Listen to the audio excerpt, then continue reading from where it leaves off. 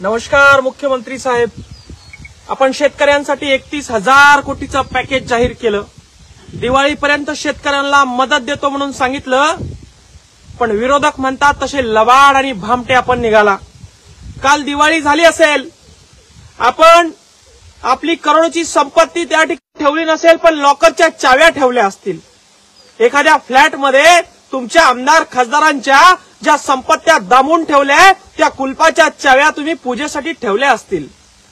मात्र आमचा शेतकरी वाट बघत होता की कधी तुम्ही त्यांच्या खात्यावर जाहीर केलेले पैसे टाकतात. तुमचं खर तर एकरी 50,000ची अपेक्षा असताना सरसकट 8,500चे करोडो मदत जाहीर करायची आणि ती पण दिवाळीला देतो म्हणून सांगायचं आणि वेळ काढूपणा करायचा. काल आमच्या शेतकऱ्याची दिवाळी गोड होईल अशी अपेक्षा होती.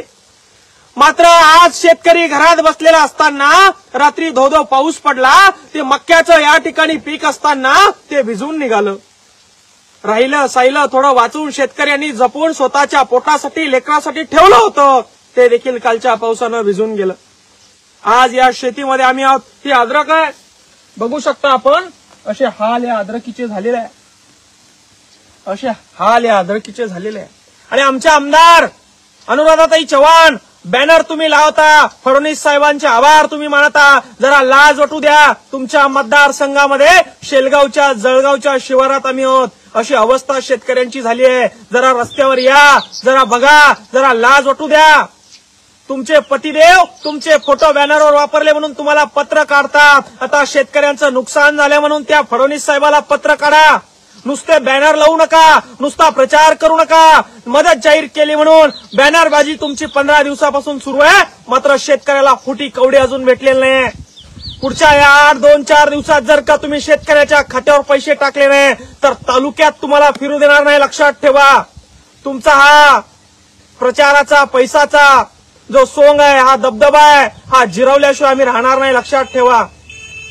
आणि म्हणून सरकारला, 3 तिघाडी सरकारला देखील या ठिकाणी इशारा आहे. शेतकऱ्याची थट्टा या ठिकाणी तुम्ही लावली आहे. हा शेतकरी जर का बांधावर तुम्ही रस्त्यावर किंवा शेतकऱ्याच्या गावात आला परत तर तुमच्या ढुंगावर रुमणे मारल्याशिवाय राहणार नाही. ही गोष्ट लक्षात ठेवा.